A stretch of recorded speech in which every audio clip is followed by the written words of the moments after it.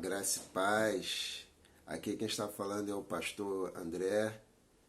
Sou pastor da Igreja Missão Betesda na região oceânica de Niterói, em Piratininga, aqui no Rio de Janeiro.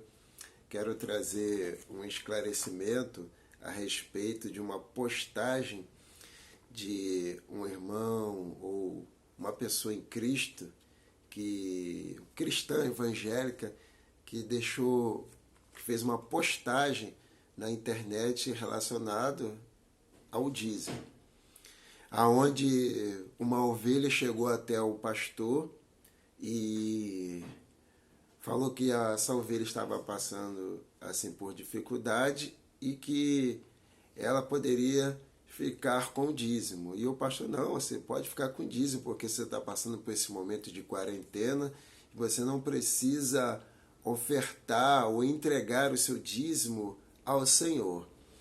E daí essa pessoa colocou o comentário e dizia que poxa, está faltando pastor, mais pastores desse jeito. Então, dentro desse ponto de vista dessa pessoa, eu acho que de repente se trata até de uma fake news, ou que alguém está tentando se justificar postando na internet relacionado a esse momento que nós estamos vivendo para poder não entregar o dízimo. Mas só que às vezes algumas pessoas pegam aquela ideia e acham que é muito bonitinho e vai postando, vai disseminando uma ideia errada, porque achar que entregar o dízimo você está entregando para a igreja. O dízimo é da igreja, é a igreja que precisa do dízimo. Não, nós entregamos o nosso dízimo ao Senhor. Isso não é uma ideia do pastor, isso não é uma ideia da igreja, isso não é uma ideia nossa. Isso foi projetado em Deus, isso está escrito na palavra de Deus e é para nós observarmos com o nosso coração. Por que com o nosso coração? Porque é através da nossa liberalidade, é através do nosso amor a Deus. Porque, afinal de contas, é Deus que nos dá todo o nosso recurso, ou não? A Bíblia não fala que Jesus falou: observe os lírios do campo, aonde não tecem, não fiam, não fazem nada, mas o vosso Pai dá sustento a ele. Então, quem criou todas as coisas e quem nos sustenta é o nosso Deus. E ele só requer o seu coração, a sua liberalidade a ele, a Deus, e não a igreja. E às vezes também a gente escuta falar que o dízimo é coisa do Antigo Testamento, não é nada relacionado ao Novo Testamento. Então eu quero só trazer aqui alguns pontos para que você possa estar meditando, pensando relacionado a isso. Sabe que a lei de Moisés ela foi escrita após a saída do Egito no Sinai, para que o povo tivesse as suas regularização, as suas leis quando tomasse posse da terra prometida. Mas só que o dízimo ainda está muito anteriormente relacionado às leis de Moisés, porque isso é algo que já vem desde o Éden. Eu ainda digo mais, antes do Éden. Está relacionado à eternidade. Ponto. Daí, quando você observa que Caim e Abel, eles entregaram a sua oferta, o seu dízimo, aquilo que Deus queria deles, viessem entregar a Deus, isso foi antes mesmo da lei de Moisés. Quando a gente chega em Abraão, a Melquisedeque, o sacerdote, onde não existia sacerdote, ele entregou pão e vinho para Abraão. E Abraão entregou o dízimo de tudo. Abraão entregou o dízimo ao sacerdote Melquisedeque. Não existia lei relacionada a sacerdote, a dízimo e ao pão e vinho, se relaciona à Santa Ceia, ou à ceia do Senhor. Não existia nada relacionado a isso. Por isso que eu falo que isso não é uma ideia da lei, mas isso é uma ideia de Deus. E quando você vai caminhando ao longo da história, você chega lá em Malaquias, você também vê que o dízimo não é só relacionado a uma coisa natural, mas é uma coisa espiritual, porque quando nós entregamos o dízimo ao Senhor, a gente vê que o próprio Senhor fala, e por causa da sua atitude, da sua entrega, eu vou repreender o espírito devorador, porque o dízimo também está relacionado a demônios, a espíritos demoníacos que atuam para roubar, para impedir, para saquear a vida da pessoa. Então, quando você entrega isso, você, de fato, faz com que todo esse espírito que fica atuando na vida da pessoa seja cessado. Jacó entregou dízimo, falou, se Deus fosse com ele em toda a viagem, ele certamente daria dízimo ao Senhor e o Senhor seria o seu Deus. Então, não existia lei ainda, mas eles colocavam algo que vinha do coração. Voltando para o Novo Testamento, ou indo para o Novo Testamento, você vai ver que quando Jesus ele está no templo, aonde ele está próximo ao local onde as pessoas ofereciam o seu dízimo, e ele observava que as pessoas vinham à frente e entregavam o seu dízimo. Mas uma senhora que ela tinha umas poucas moedas, umas 2 moedas, e Jesus falou, tá vendo aquela senhora que deu somente aquelas 2 moedas? Ela deu tudo o que tinha. Jesus recriminou ela? Não. Jesus elogiou a atitude dela. Jesus falou que não era para entregar dízimo? Não. Jesus pegou e, muito pelo contrário, ressaltou essa situação relacionada à atitude dela, porque os ricos davam um valor muito grande, mas não dava tudo aquilo que tinha. Mas ela deu tudo que tinha. Quando você vai ver também lá em Atos dos Apóstolos, quando a Barnabé ele entrega, ele vende uma terra,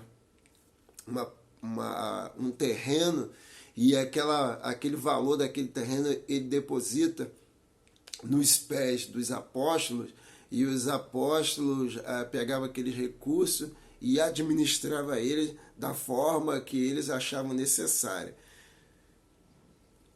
E quando chegou Ananias e Safiras e venderam também, eu falei, poxa, eu vou fazer igual Barnabé, que vendeu a sua parte, também vou entregar. Mas só que eles não entregaram tudo, mas disseram que estavam entregando tudo. Eles esconderam uma parte, Pedro, nós também estamos fazendo conforme Barnabé, estamos entregando tudo. Aí o Espírito Santo falou, por que vocês trouxeram esse desígnio no coração de vocês? Por que Satanás entrou no coração de vocês para poder mentir ao Espírito Santo?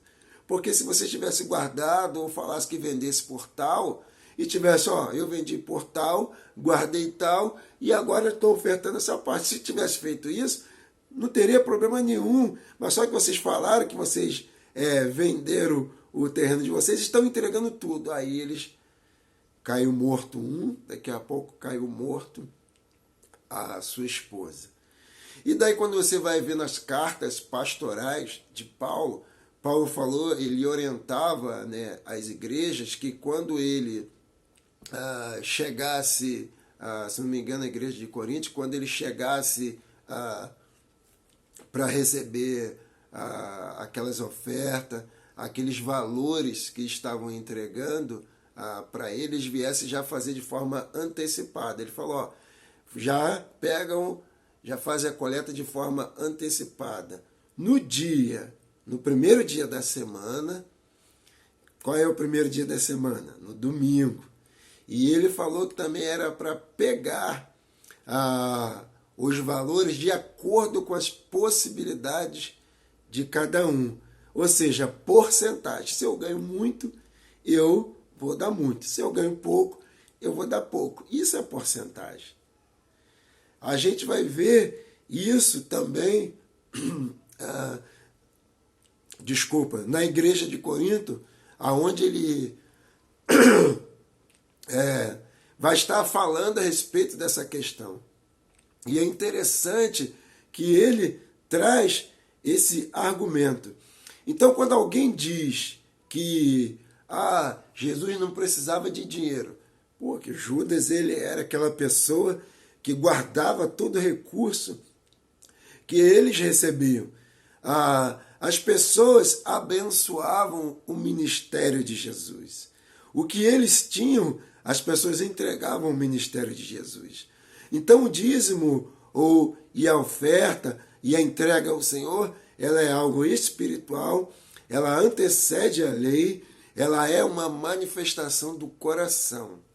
É algo que eu entendo que Deus me dá tudo e eu vou dar agradecendo a Deus de forma obediente com meu coração, para que esse 10% fosse algo que pudesse manifestar a minha gratidão. Porque quem te dá saúde é Deus, quem te protege é Deus, quem te abre as portas é Deus. E por que eu vou ter essa coisa no coração? Então, quando alguém diz que o pastor, ou deveria ter pastor que viesse ser igual a esse, para que as ovelhas no momento difícil não pudessem dar, esse pastor está querendo tirar de Deus aquilo que lhe cabe a Deus, porque isso não é algo relacionado ao pastor ou à igreja, é algo que a Bíblia está pondo para que eu e você viesse exercitar a nossa fé, a nossa fidelidade, a nossa espiritualidade e o nosso coração com Deus. Então não entra nessa, não caia nessa para que você não seja enganado. Então medite sobre isso, porque antes mesmo já existia. Lá no Éden, Deus já tinha colocado. No Éden, antes do homem pecar, Deus falou, pode tocar em tudo, mas menos nessa árvore aqui, do conhecimento do bem e do mal. Essa aqui você não toca, porque isso é meu. Isso é o dízimo. Deus fez com que aquela parte não pudesse tocar porque pertencia a ele, porque no dia que vocês tocarem, certamente morrerás. Então, quando a gente não ouve a voz de Deus e entra nessas furadas que as pessoas estão querendo dizer, você acaba tendo influências espirituais onde seres entrem na sua vida e por causa da mesquinharia do nosso coração, Mamon passa a reinar. Mamon é o principado que age na área financeira. Então, abra o seu coração, não permita com que esses espíritos, esses principados, essas potestades financeiras entrem na sua vida e traga destruição. Então, abra o seu coração para Deus, abra a sua mente para Deus, busque na palavra de Deus a orientação, busque a orientação na palavra de Deus. Tenha um dia ou uma noite, tenha um momento abençoado, que Deus te abençoe. Medite na palavra de Deus. Se volte para a palavra de Deus. Graça e paz.